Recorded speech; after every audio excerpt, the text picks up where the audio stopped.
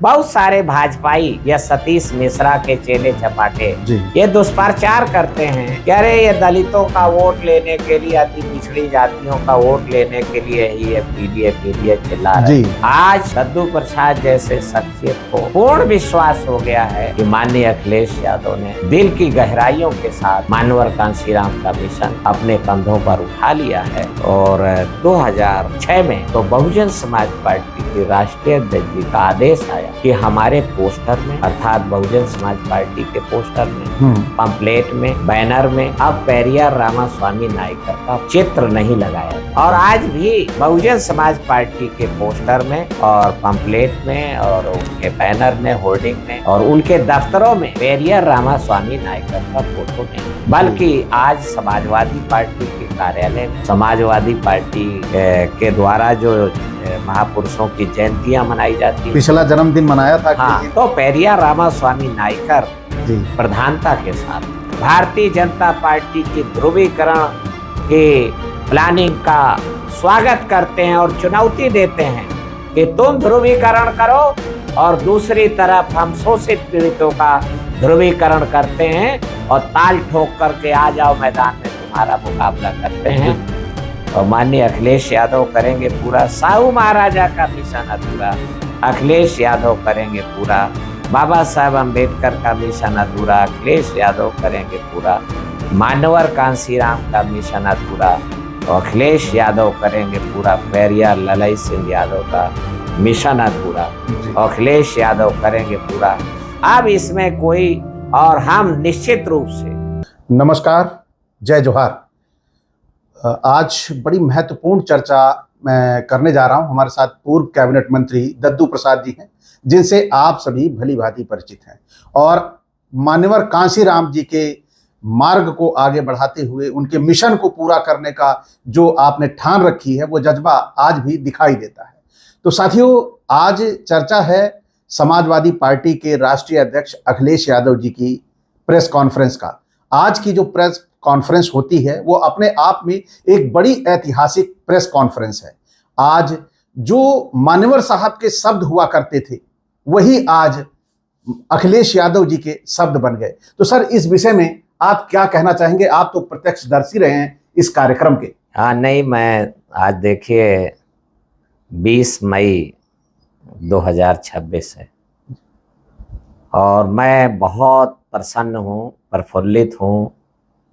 7 अप्रैल 2025 को मैं समाजवादी पार्टी में शामिल हुआ और उस समय समाजवादी पार्टी के बारे में भांत भांत की भ्रांतियां थीं, परंतु 1 साल में माननीय राष्ट्रीय अध्यक्ष जी अखिलेश यादव ने समाजवादी पार्टी को आहिस्ता आहिस्ता, जो मानवर कांशीराम जी ने बामसेफ और DS4 के लिए रणनीति तय की थी, माइल्ड टू वाइल्ड, कोमलता से कठोरता की ओर, तो आज मुझे मानवर अखिलेश यादव के बोली बानी, व्यक्तित्व और उनके बॉडी लैंग्वेज में सामाजिक बदलाव के लिए काम करने वाले महापुरुषों का अक्स और उनका जज्बा उनके बोली बाणी में दिख रहा था। देखिए, 26 जुलाई 1902 को छत्रपति साहू महाराजा कोल्हापुर नरेश ने भारत, जो वर्चस्ववादियों का, शोषणकारी ताकतों का देश रहा है, मुट्ठी भर लोगों ने जहां पर संपदा पर और शिक्षा पर कब्जा कर रखा है जी, तो उस देश में 26 जुलाई 1902 को साहू महाराजा कोल्हापुर नरेश ने अपने कोल्हापुर रियासत में, भले छोटी रियासत थी वो, चूंकि पेशवाओं के षड्यंत्र के कारण मराठा साम्राज्य छत्रपति शिवाजी के पश्चात विघटित होता गया और पेशवाओं ने कब्जा कर लिया गया, पर एक रियासत पर, जो कोल्हापुर की रियासत थी, उस पे मराठों का कब्जा जारी रहा जी। तो उन्होंने अपने रियासत में आरक्षण लागू किया, 50% आरक्षण। वाडियार मैसूर के राजा थे, उनसे भी बात किया और उन्हें भी उन्होंने मैसूर रियासत में आरक्षण की व्यवस्था लागू कराई। गायकवाड़ बड़ौदा की जो रियासत थी वहाँ भी उन्होंने ये व्यवस्था लागू कराई। कुछ इतिहासकारों ने लिखा है कि जो इंदौर की होलकर स्टेट थी जी, तो वहाँ पर भी साहू महाराजा ने बातचीत किया और आरक्षण को लागू कराया। तो उस आरक्षण को बाबा साहब अम्बेडकर ने इनलार्ज किया जी, खास करके जब 21-22 मार्च 1920 को साहू महाराजा ने माड़ गांव परिषद सम्मेलन में बाबा साहब अम्बेडकर को मंच पर बुला के उनका सम्मान किया और पूरे देश के शूद्रों का महानायक घोषित किया जी, और उन्होंने आह्वान किया कि मेरे दलित पिछड़े भाइयों, इस महामानव को पहचान लो और इसके साथ इकट्ठा हो जाओ। डॉक्टर अंबेडकर ही वो महान शख्सियत है जो तुम्हारी गुलामी की बेड़ियों को काट देगा, तुम्हारी गुलामी के जंजीरों को तोड़ देगा, तुम्हारा मुक्तिदाता साबित होगा। और इसीलिए मैं डॉक्टर भीमराव अंबेडकर को पूरे देश के शूद्रों का नेता घोषित करता हूँ जी। ये बड़ी बात थी और बाबा साहब अम्बेडकर भी साहू महाराजा का संबल और समर पा करके, संरक्षण पा करके, उनकी शक्ति पा करके जी, और उन्होंने बहुत अपने आप को मजबूत महसूस किया और भिड़ गए अंग्रेजों का सहारा लेकर के, अंग्रेजों का साथ लेकर के और इस देश की असमानतावादी शोषणकारी शक्तियों से। और लगातार वो लड़ाई जारी रही। जो संविधान हमारे सामने है जी, बाबा साहब अम्बेडकर इससे पूर्णतः सहमत नहीं थे, संतुष्ट नहीं थे, पर जो मिला उस पर भी बाबा साहब अम्बेडकर संतुष्ट थे। और उसमें जो बड़ा पैकेज है वो लोकसभा विधानसभाओं में आरक्षण और प्रशासनिक पदों पर आरक्षण जी, जिसकी जितनी संख्या भारी उसकी उतनी हिस्सेदारी, जो बाबा साहब अम्बेडकर ने संविधान में रिप्रेजेंटेटिव डेमोक्रेसी की बात की है जी।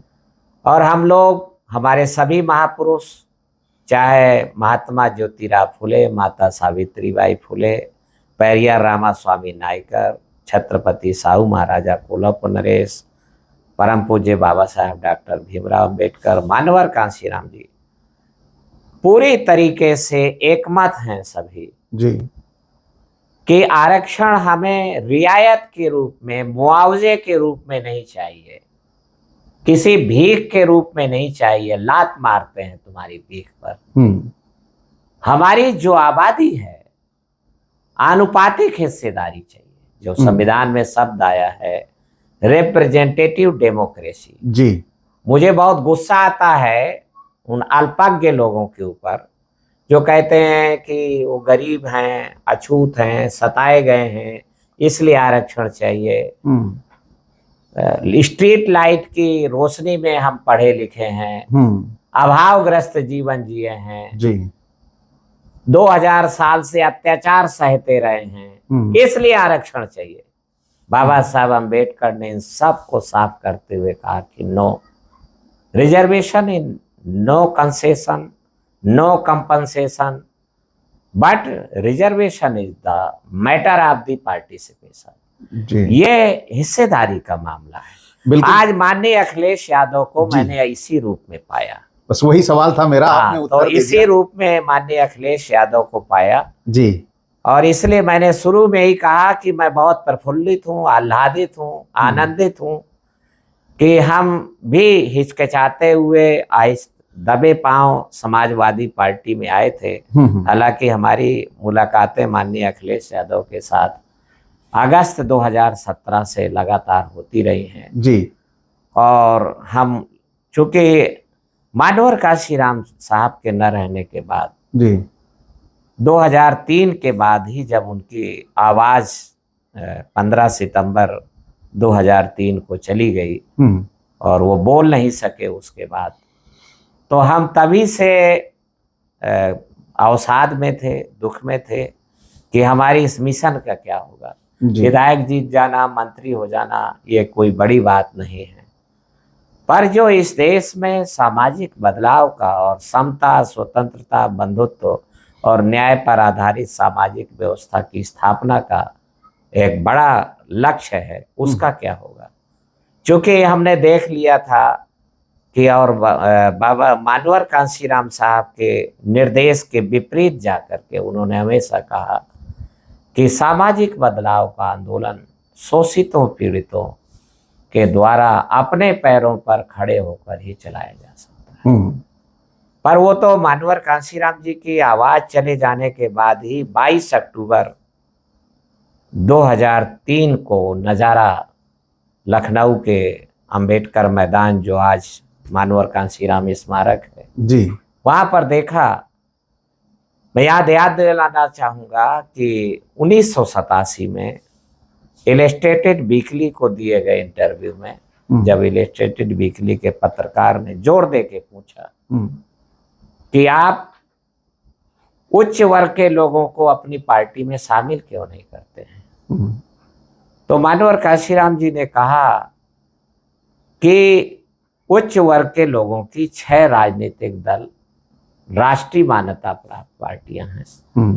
मेरी मंगल कामना है, शुभकामना है उनको कि वो अपनी अपनी पार्टी को मजबूत करें जी, मुझको बख्शे रहें, क्योंकि वो हमारी पार्टी में आएंगे तो सामाजिक बदलाव की धारा को रोक देंगे, क्योंकि यथास्थिति शोषणकारी व्यवस्था उनके हित में, वो बेनिफिशरीज है उसके, तो अपना नुकसान क्यों कराना चाहेंगे। और मैं भी कहता हूं कि अपना नुकसान क्यों कराना चाहते हैं वो जी, वो स्वभावतः नहीं कराना चाहेंगे, पर वो अगर आएंगे हमारे साथ तो फिर अपने नुकसान को बचाने के लिए और सामाजिक बदलाव की प्रक्रिया को रोक देंगे। इसलिए उन्होंने कहा कि पीड़ितों का आंदोलन पीड़ितों के द्वारा ही चलाया जाना चाहिए। अपने पैरों पर खड़े होकर के ये एक मिशन का, कैडर का एक बड़ा महत्वपूर्ण तथ्य है। पर बहन मायावती ने जब 22 अक्टूबर 2003 को कांशीराम साहब की संकल्पना के विपरीत जाकर के और सतीश मिश्रा को राष्ट्रीय महासचिव 22 अक्टूबर 2003 को घोषित किया जी, तो हमारे कलेजे में पत्थर पड़ गए और लगा कि अब हमारा मिशन सुरक्षित नहीं होगा। तो हमें लोग थे कि अब ये आखिरकार इतना बड़ा कारवां, ये बड़ा अभियान, इसको आगे कौन बढ़ाएगा।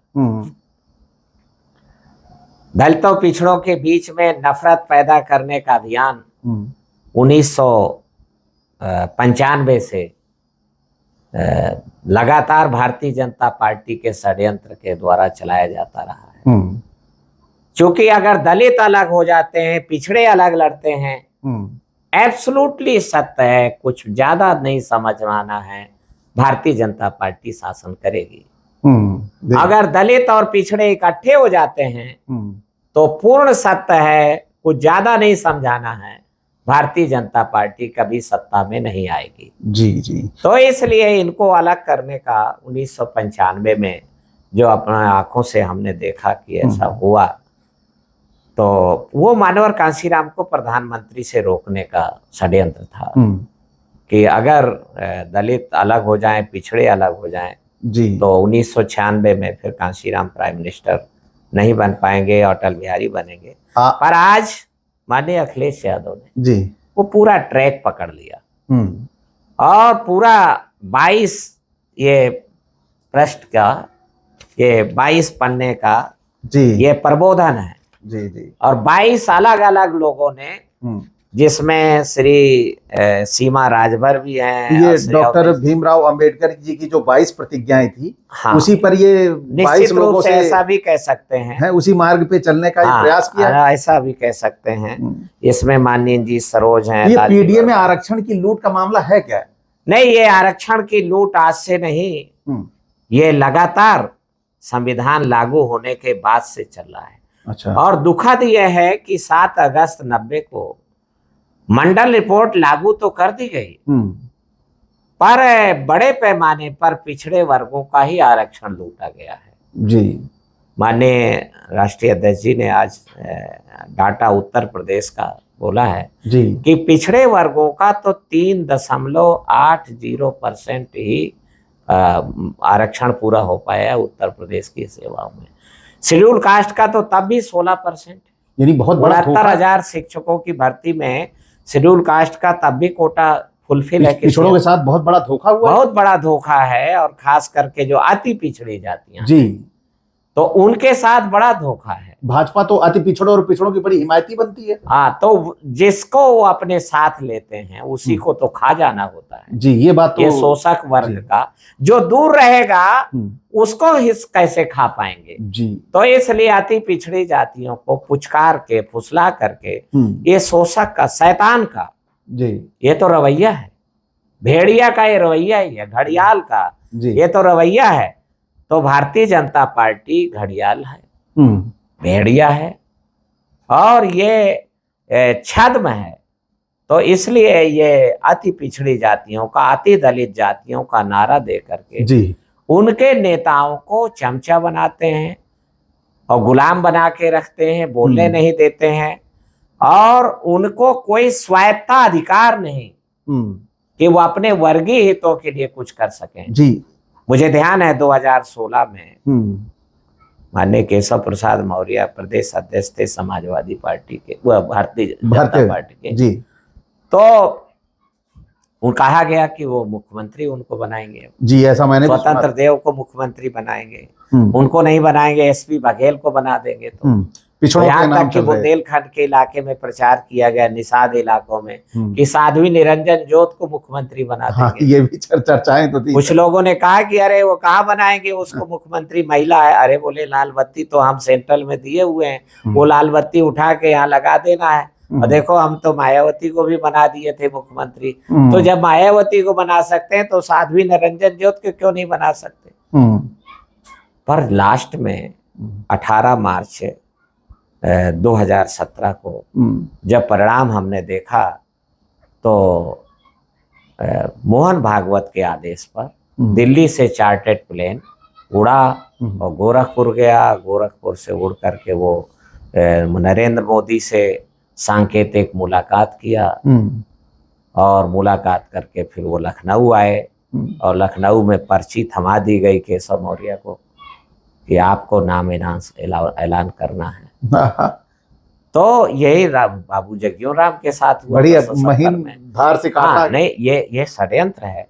इसलिए ये पिछड़ों का नारा दे करके, अति पिछड़ी जातियों का नारा दे करके भारतीय जनता पार्टी छल कर, अब कोई आज शक नहीं है, सुबह नहीं है कि आरक्षण का मिशन अधूरा माननीय अखिलेश यादव करेंगे पूरा।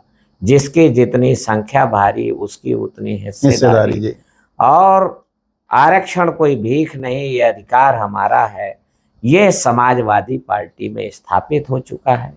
और मैं बहुत मजबूती के साथ कह सकता हूँ कि ज्योतिराव फुले का मिशन अधूरा माननीय अखिलेश यादव करेंगे पूरा। जी, एक सवाल मेरा और है अभी जी, कि एक सवाल, मतलब भाषण में उन्होंने अपने बोला था कि 5000 साल पहले जी 2 विचारधाराएं थी। जी, इसका क्या मामला है, क्योंकि ये जानना बड़ा जरूरी है। देखिए, बाबा साहब अम्बेडकर को भी अपनी लेखनी पर बहुत बड़ा कॉन्फिडेंस था, पेरियार रामास्वामी नायकर को भी, कि मेरे लोग पढ़ेंगे तो वो इस दिशा में आगे बढ़ेंगे। इन 10 वर्षों में माननीय अखिलेश यादव ने अम्बेडकरवाद को पढ़ा है जी, महात्मा ज्योतिराव फुले को पढ़ा है, बहुत सारे भाजपाई या सतीश मिश्रा के चेले चपाटे जी, ये दुष्प्रचार करते हैं कि अरे ये दलितों का वोट लेने के लिए, अति पिछड़ी जातियों का वोट लेने के लिए ही ये पीडीए चिल्ला रहे हैं।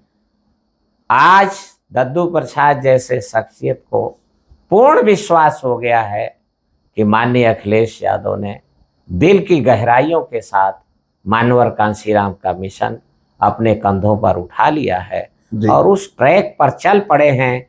और ऐसा ट्रैक है कि जिस पर कि जालिम जब तक षड्यंत्र नहीं करेगा इससे कोई वापस आने वाला नहीं है। नहीं, ये बात तो तय है। माननीय अखिलेश यादव इस ट्रैक से अब कभी वापस आने वाले नहीं है। मैं इलाहाबाद में एक सभा थी, वहां भी मैं 15 अप्रैल को बोल के आया हूं जी कि इस ट्रैक पर चूंकि सभी महापुरुष और 2005-06 में तो बहुजन समाज पार्टी के राष्ट्रीय अध्यक्ष जी का आदेश आया कि हमारे पोस्टर में, अर्थात बहुजन समाज पार्टी के पोस्टर में, पंपलेट में, बैनर में अब पेरियार रामास्वामी नायकर का चित्र नहीं लगाया जाएगा। और आज भी बहुजन समाज पार्टी के पोस्टर में और पंपलेट में और उनके बैनर में, होर्डिंग में और उनके दफ्तरों में पेरियार रामास्वामी नायकर का फोटो नहीं है। बल्कि आज समाजवादी पार्टी के कार्यालय में समाजवादी पार्टी के द्वारा जो महापुरुषों की जयंतियां मनाई जाती है, पिछला जन्मदिन मनाया था हाँ, जी ने, तो पेरियार रामास्वामी नायकर जी प्रधानता के साथ हैं। तो इसलिए मुझे बहुत कॉन्फिडेंस है कि हमारा मिशन अब द्रुत गति से, हाँ ठीक है, समाजवादी पार्टी के जो कार्यकर्ता हैं जी, तो वो जो समाजवादी पढ़ा है उन्होंने, और भारतीय जनता पार्टी ने और इस देश के चतुर चालाक कनिंग बुद्धिजीवियों ने ये प्रचारित कर रखा है कि समाजवाद और अम्बेडकरवाद अलग अलग विचारधारा है जी। मैं कहना चाहता हूं कि समाजवाद अम्बेडकरवाद एक ही मंजिल की तरफ चलती हुई विचारधारा है। यूं भी तो कह सकता है एक सिक्के के दो पहलू हैं। हाँ नहीं, बिल्कुल यही कहना जा, पर ये एक ही दिशा को जा रही है जी। इन दोनों का मकसद इस देश में समता, स्वतंत्रता, बंधुत्व और न्याय पर आधारित सामाजिक व्यवस्था की स्थापना करना है जी। इसलिए ये ज्योतिराव फुले का मिशन अधूरा और माननीय अखिलेश यादव करेंगे पूरा। साहू महाराजा का मिशन अधूरा, अखिलेश यादव करेंगे पूरा। बाबा साहब अम्बेडकर का मिशन अधूरा, अखिलेश यादव करेंगे पूरा। मानवर कांसीराम का मिशन अधूरा और अखिलेश यादव करेंगे पूरा। पेरियार ललई सिंह यादव का मिशन अधूरा, अखिलेश यादव करेंगे पूरा। अब इसमें कोई, और हम निश्चित रूप से भारतीय जनता पार्टी की ध्रुवीकरण के प्लानिंग का स्वागत करते हैं और चुनौती देते हैं कि तुम ध्रुवीकरण करो और दूसरी तरफ हम शोषित पीड़ितों का ध्रुवीकरण करते हैं और ताल ठोक करके आ जाओ मैदान में, तुम्हारा मुकाबला करते हैं। तो मैं बंगाल जीतने के लिए 1 करोड़ लगभग जी आपने फोर्स लगाया था। तो ये तो आपने एक तरीके से लोगों को डरा करके, भयभीत करके, और ये तब बंगाल जीता है। बंगाल जीत के लोकतंत्र पे सबसे बड़ा हमला है। हम अपने समाज को जगा करके और तोड़े गए लोगों को जोड़ करके, आरक्षण हमें जोड़ेगा जी। जिसकी जितनी संख्या भारी उसकी उतनी हिस्सेदारी। माननीय अखिलेश यादव ने आज बहुत मजबूती के साथ एक सवाल के जवाब में कहा जी कि हमारी सरकार आने दीजिए, हम जनगणना भी कराएंगे और उसके आधार पर जिसकी जितनी संख्या भारी उसकी उतनी हिस्सेदारी को लागू भी कर देंगे। सर और क्या चाहिए देश की जनता को? हाँ, तो ये, और इसको हम सेंट्रल में लेके जाएंगे जी। और इसको अब कोई सेंट्रल से हटाने के लिए तो माननीय अखिलेश यादव ही हैं। उत्तर भारत और दक्षिण भारत में भी जिस तरीके से उनके लिए बुलावा आ रहा है जी, और हम लोग आगे बढ़ेंगे और पूरा मिशन लेकर के, और निश्चित रूप से माननीय अखिलेश यादव भी इस मिशन के रास्ते पर ही आगे बढ़ सकते हैं। प्रधानमंत्री तक पहुंचेंगे वो बिल्कुल। तो आरक्षण की एक नई पहल जो की गई है और लड़ेंगे इसके लिए, और लड़ करके हम भारतीय जनता पार्टी को धूल चटा देंगे। धन्यवाद जी। साथियों, आप सबने सुना इस महत्वपूर्ण चर्चा को। अब आपके सामने 2 रास्ते हैं, या तो इधर आ जाओ या तो उधर हो जाओ, यानी 2 रास्ते, एक शोषक है और दूसरा शोषित है। अब वो अखिलेश यादव जी ने इस बार पूरी तरह से फाइनल कर दिया। प्रत्यक्षदर्शी थे हमारे नेताजी वहां पर, और जिस तरह से आज की ये घटना हुई है या यूं कहें कि ये भाषण या प्रेस कॉन्फ्रेंस हुई है, ये ऐतिहासिक है और ये अपने आप में क्रांति पैदा कर देगी लोगों के बीच में, अगर सही से उनके बीच में पहुंच जाती है तो। इसी के साथ देखिए, इसमें मैं नाम पढ़ दूं जिन लोगों ने आज प्रबोधन किया जी, तो ये महिला सभा की अध्यक्ष श्रीमती सीमा राजभर ने प्रथम, यानी मोस्ट विक्टिम नारी का प्रथम स्थान समाजवादी पार्टी में। श्री अवधेश प्रसाद वयोवृद्ध सांसद हैं, अयोध्या से जीते हैं, उन्होंने इस पे प्रबोधन किया और ये है। और फिर श्री अजेंद्र लोधी माननीय सांसद जी हैं, तो उन्होंने ये इस पे प्रबोधन किया है। आदरणीय लालजी वर्मा ने इस पे प्रबोधन किया, माननीय सांसद हैं ये। माननीय सांसद नरेश उत्तम पटेल ने प्रबोधन किया आरक्षण के समर्थन में। सांसद माननीय सनातन पांडे ने इस पे आरक्षण की अवधारणा का समर्थन किया, प्रबोधन किया। सांसद माननीय राजीव राय ने आरक्षण के पक्ष में अपनी विचारधारा रखी जी। माननीय सांसद नहीं विधायक अतुल प्रधान ने अपने विचार रखे हैं और हमारे बहुत सीनियर लीडर माननीय एनजी सरोज पूर्व मंत्री और जिनके सपुत्र सांसद हैं, उन्होंने अपने प्रबोधन रखा। श्री व्यास जी गौड़ ने अपना प्रबोधन रखा है। श्री रमेश प्रजापति ने अपना प्रबोधन आरक्षण के, श्री राजपाल कश्यप ने अपना प्रबोधन रखा है। श्री रामकरण निर्मल जी ने, जो अनुसूचित जात मोर्चा के अध्यक्ष हैं, तो उन्होंने रखा। श्री महेंद्र चौहान ने प्रबोधन रखा। श्री विशंबर प्रसाद निषाद 2-3 बार के सांसद और मंत्री रह चुके हैं और जो मानवर कांशीराम जी की पाठशाला से पढ़े हैं और माननीय नेताजी मुलायम सिंह यादव के सानिध्य में रहे और आज बुंदेलखंड में संघर्ष कर रहे हैं। श्री RS कुशवाहा तराई इलाके से आते हैं जी, तो उन्होंने भी इस पे अपना प्रबोधन रखा। श्री राम आश्रय विश्वकर्मा ने, जो आजमगढ़ से हैं, मंत्री रहे हैं, उन्होंने प्रबोधन रखा। श्री अरुणेंद्र जी ने अपना प्रबोधन रखा है इस पे। और जो ये अरुणेंद्र जी हैं जो, तो ये 69,000 शिक्षक भर्ती घोटाला को उजागर करने में लंबा संघर्ष किया है इन्होंने। अच्छा। तो उन्होंने ये अपना प्रबोधन रखा।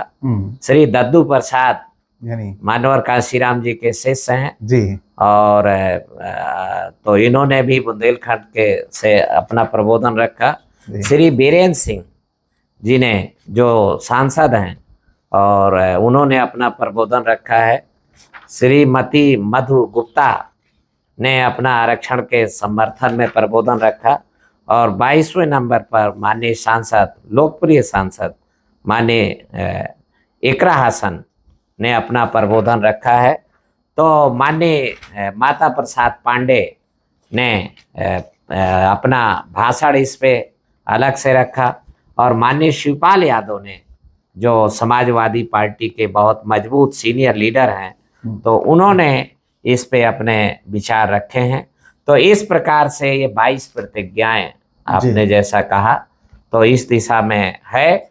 इसको चारों तरफ स्वागत होना चाहिए और इस पे लड़ाई होनी चाहिए। और इस लाइन पर पूरे दलित, पिछड़े, आदिवासी, धार्मिक अल्पसंख्यक, मुस्लिम, सिख, ईसाई, बुद्धिस्ट, जो दलितों पिछड़ों से धर्म परिवर्तन करके आए हैं, तो ये पूरी तरीके से हम लोग संगठित होंगे, गांव-गांव तक ले जाएंगे जी। और एक ध्रुवीकरण की, तीव्र ध्रुवीकरण की प्रक्रिया तेज होगी और PDA कामयाब होगा। और 2027 के लिए हमें एक एजेंडा मिल चुका है जी जी। शोषितों एक हो जाओ, शोषक को खत्म करो, इसी मिशन पे काम करना है। और 2027 हमें उनको सत्ता से उखाड़ फेंकना है। इसी के साथ विदा, नमस्कार, जय जोहार। जय भीम, जय भारत।